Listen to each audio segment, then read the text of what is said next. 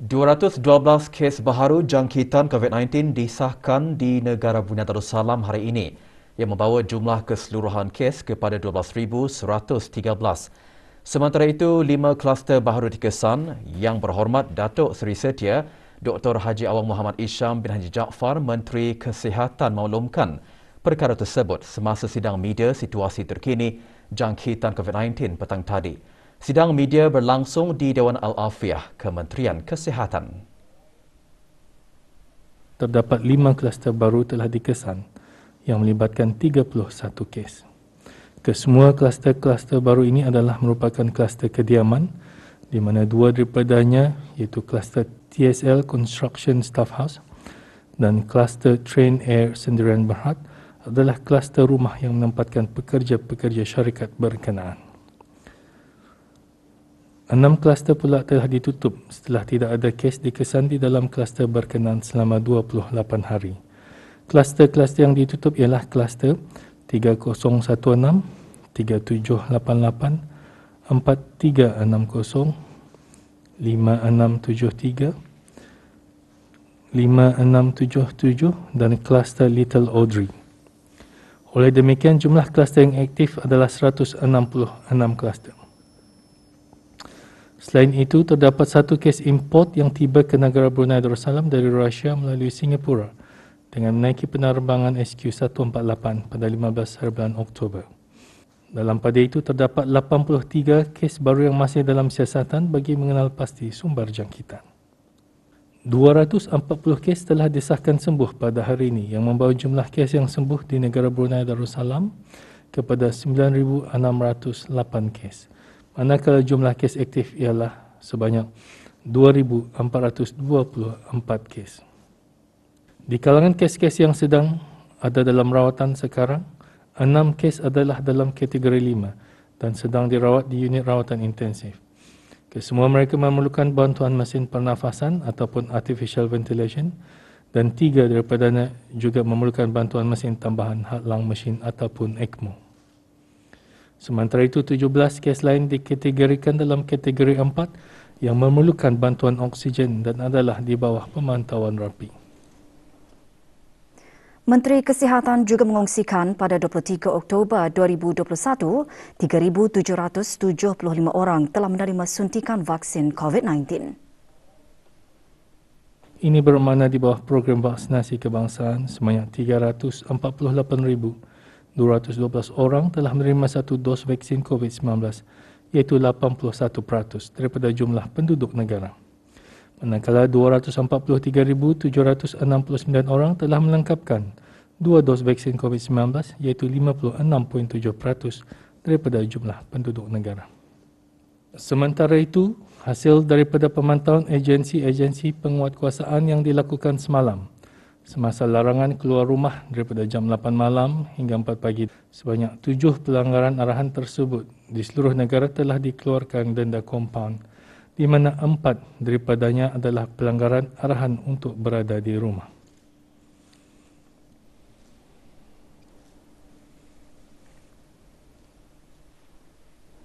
Kementerian Hal Ehwal Ugama semalam meneruskan majlis malam munajat secara maya dengan mengajak warga Kementerian Hal Ehwal Ugama dan orang ramai bersama-sama mendekatkan diri dan memohon keampunan dari Allah Subhanahu Wa Taala dengan bermunajat, beristighfar, membaca surah Yasin, berzikir, berselawat dan berdoa agar rakyat dan negara Brunei Darussalam terhindar dan terselamat dari segala bala bencana dan penyakit berbahaya khasnya wabak COVID-19.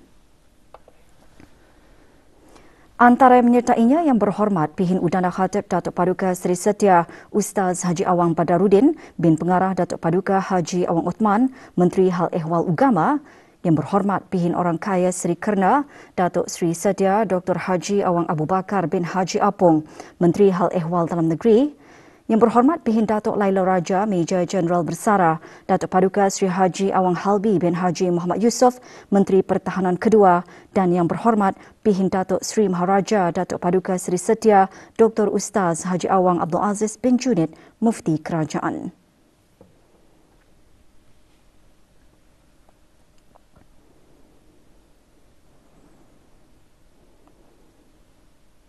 Pengisian majlis antaranya tazkirah yang disampaikan oleh Mufti Kerajaan diikuti dengan bacaan Saidul Istighfar dan bacaan surah Al-Fatihah dan bacaan surah dan doa Yasin. Kementerian Pendidikan melalui Jabatan Perkembangan Kurikulum dan Jabatan Pengurusan Biasiswa Kelmarin mengadakan majlis sambutan Maulid Nabi Muhammad sallallahu alaihi wasallam secara maya. Antaranya menyertai Yang Berhormat Datuk Seri Setia Awang Haji Hamzah bin Haji Sulaiman, Menteri Pendidikan. Pengisian majlis antaranya tazkirah khas bertajuk Rasulullah Kekasih Allah, Kekasihku Dunia Akhirat dan Zikir Marhaban. Majlis tersebut merupakan salah satu aktiviti tahunan kementerian berkenaan dalam sama-sama menyemarakkan lagi sambutan Hari-Hari Kebesaran Islam. Turut menyertai Datin Seri Paduka Dr. Hajar Romaizah binti Haji Muhammad Saleh, Timbalan Menteri Pendidikan. Bagi menangani stigma yang menyelubungi isu kesihatan mental, Majlis Belia Brunei menganjurkan forum secara maya yang bertajuk Pendidikan Semasa Pandemik, Kesan Kesihatan Mental COVID-19 yang semakin meningkat kepada pendidik dan pelajar. Forum disertai oleh Yang Berhormat Meja Jeneral Bersara Datuk Paduka Sri Awang Haji Aminuddin Ehsan, Pimpinan Orang Kaya Saiful Muluk, Datuk Sri Paduka Haji Abidin, Menteri Kebudayaan Belia dan Sukan dan Dr. Syamsiah Zuraini Kencanawati binti Haji Tajuddin, Setiausaha Tetap Pendidikan Teras Kementerian Pendidikan. Yang Berhormat Dayang Khairunisa binti Haji Ash'ari, Ahli Majlis Mesyuarat Negara dan Yang di-Pertua Majlis Belia Brunei menekankan betapa semakin ramai pelajar menyuarakan kebimbangan terhadap kebimbangan dan kemurungan dan tidak banyak kajian yang dilakukan mengenai situasi kesihatan mental dalam kalangan pelajar dan belia. Forum tersebut disertai oleh hampir 400 orang. Including maintaining a good diet, having a good sleep schedule, planning your day ahead and Persidangan Perniagaan dan Pelaburan ASEAN ABIS 2021 yang akan diadakan esok secara maya merupakan platform unik bagi mengetahui isu utama yang dihadapi di rantau ini. Di samping itu, persidangan berkenaan juga akan membincangkan mengenai cara untuk memastikan peluang ekonomi ASEAN yang pelbagai dapat dimanfaatkan dengan mampan dan inklusif.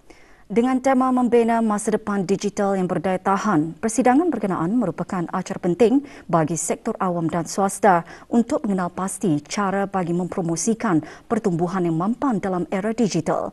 Dalam temu bual bersama pewarta RTB secara maya, beberapa wakil daripada syarikat swasta di negara ini menggariskan akan kepentingan bagi sektor swasta untuk memahami isu utama yang dihadapi di rantau ini serta trend masa depan. Tema sidang kemuncak yang mengetengahkan kepentingan kemampanan atau sustainability dan digitalization adalah merupakan dua perkara penting bagi BIBD. Kedua-dua perkara ini juga penting bagi negara kita dan walaupun kita adalah sebuah negara kecil, insya-Allah kita mampu memberi impak kepada kedaya tahanan dan pembangunan masa depan yang lestari dalam kita menuju untuk mencapai wawasan 2035. The key word here is sustainable. Yeah? Technological advancement is ongoing. Yeah? And that's why the digital innovation needs to be future-proof. Yeah? Everybody needs to play their part in building the future, be it education, this particular future, so be it education, private sectors, public sectors, industries, etc. And at the same time, everybody needs also to be protected whilst on the digital journey. And all levels of society are able to embrace this way of doing things and for now and beyond. Di Brunei sendiri, kemampuan untuk membolehkan kerja jarak jauh, remote working, harus dilaksanakan dalam jangka waktu yang amat pendek. Penerimaan daripada pihak pekerja dalam bersama mengamalkan cara kerja digital diterima secara positif. Situasi semasa ini juga memberi peluang untuk mempercepatkan tinjauan strategik dan operasi syarikat, terutamanya dengan digitalisasi. Oleh itu, mendorong budaya inovatif dan memanfaatkan perkongsian adalah kunci bagi transformasi digital yang berkesan. Jawatan Kuasa Teknikal Vaksin Kementerian Kesihatan telah mengkaji dan meluluskan vaksin Pfizer-BioNTech untuk digunakan kepada golongan remaja berumur 12 tahun hingga 17 tahun. Vaksin Pfizer-BioNTech diiktiraf oleh Pertubuhan Kesihatan Sedunia (WHO) dan digunakan di beberapa buah negara seperti United Kingdom, Amerika Syarikat dan Singapura. Dr. Rohayati binti Haji Muhammad Taib, Konsultan Kardiologi Pediatrik, Ketua Perkhidmatan Pediatrik Kementerian Kesihatan, mengongsikan perkara itu semasa wawancara secara maya mengenai program vaksinasi COVID-19 kebangsaan khususnya bagi golongan belia berumur 12 hingga 17 tahun. Jelasnya vaksin tersebut merupakan vaksin messenger RNA yang akan mengajar sistem kekebalan atau imuniti badan seseorang untuk membentuk antibodi yang dapat melawan virus COVID-19. Katanya vaksin tersebut tidak mengandungi sebarang virus, maka ia tidak akan menyebabkan COVID-19. Vaksin COVID-19 adalah suatu vaksin yang menyebabkan kesan-kesan sampingan yang ringan, di mana telah diberikan kepada berjuta-juta para belia dan remaja dan dewasa di seluruh dunia. Sementara itu, Dr. Siti Rosmawati binti Haji Muhammad Yusof, Pegawai Perubatan Kanan, Ketua Perkhidmatan Kesihatan Sekolah-Sekolah, Kementerian Kesihatan, mengongsikan kesan sampingan vaksin Pfizer-BioNTech COVID-19 adalah seperti bengkak, sakit atau kemerah-merahan di tempat suntikan. So, kesan sampingan lain adalah seperti demam panas, sakit kepala, sakit otot ataupun sakit badan, sakit sendi. So jika ini berlaku, kesan sampingan ini berlaku, anak ada boleh mengambil ubat penahan sakit ataupun Panadol. Dan juga kesan sampingan yang sering berlaku adalah merasa penyakit ngalih ataupun tired and lethargy. So ni di-advise saja, dinasihatkan untuk mereka ni berehat. Perkhidmatan vaksinasi COVID-19 bergerak di Pusat Kesihatan Pengiraan Anak Puteri Hajar Rashidah, Sadratul Bolkiah, Kampung Sungai Asam, khusus untuk penduduk di Kampung Air dan kawasan sekitarnya, mendapat sambutan menggalakkan dalam kalangan warga Kampung Air dan sekitarnya. Mula diadakan pada Jumaat lalu dan hari ini, perkhidmatan tersebut menerima kehadiran 332 orang bagi mendapatkan suntikan vaksin COVID-19. Perkhidmatan ini merupakan antara usaha kerajaan bagi memudahkan para penduduk di kawasan tersebut mendapatkan suntikan vaksin COVID-19. Vaksinasi merupakan langkah yang paling efektif untuk melindungi diri sendiri, orang yang tersayang dan juga masyarakat daripada kesan bahaya COVID-19. Di samping itu, melaluinya juga dapat mengurangkan kesan COVID-19 terhadap kesihatan awam dan masyarakat. Antara yang mengambil peluang untuk mendapatkan suntikan vaksin COVID-19 menerusi perkhidmatan ini adalah warga emas dan orang kelainan upaya. So mereka yang hadir ini juga bukan saja daripada orang awam, tapi diorang yang termasuk warga emas dan orang kelainan upaya juga. So alhamdulillah sambutan daripada pihak orang yang tinggal di sini ini amat menggalakkan. Banyak terima kasih kepada Kementerian Kesihatan memberi peluang kepada penduduk kampung untuk diberi vaksinasi. Saya sebagai belia ingin mengucapkan banyak-banyak terima kasih kepada Kementerian Kesihatan kerana memberikan khidmat vaksin secara percuma kepada orang ramai di sini. Pusat Penyelarasan Kebangsaan bagi COVID-19 yang berpusat di Pusat Persidangan Antarabangsa N3C19 ditubuhkan bagi menjaga kebajikan penduduk di negara ini yang terjejas oleh wabak COVID-19. Ia terdiri daripada para pegawai dan kaki tangan kerajaan dari 13 buah kementerian serta disokong oleh sektor swasta. Antara tugas utama N3C19 ialah sebagai sebuah pusat penyelarasan logistik bagi penyelarasan logistik untuk para pesakit COVID-19 yang berada di Pusat Pengasingan Kebangsaan NIC dan di pusat-pusat pengasingan lain, penyelarasan pengagihan makanan kepada orang ramai yang dalam perintah kuarantin dan penyelarasan bagi pakej sumbangan kepada pusat pengedaran makanan. Kementerian Pembangunan dan jabatan-jabatan di bawahnya serta badan-badan bukan kerajaan pihak kontraktor yang berdaftar di Kementerian Pembangunan juga terlibat sama di entry C19. 20 buah kontraktor telah menyumbangkan tenaga kerja dan asetnya dalam sama-sama membantu membendung wabak COVID-19. Antara barang yang dihantar oleh pihak kontraktor yang terlibat ialah makanan asasi seperti beras, makanan kering dan air botol, barang keperluan dapur, barang mandian dan barang keperluan bagi petugas dan sukarelawan. Sejak tercetusnya gelombang kedua wabak COVID-19 pada bulan Ogos lalu, 74 penghantaran dibuat oleh pihak kontraktor Kementerian Pembangunan ke pusat-pusat pengasingan.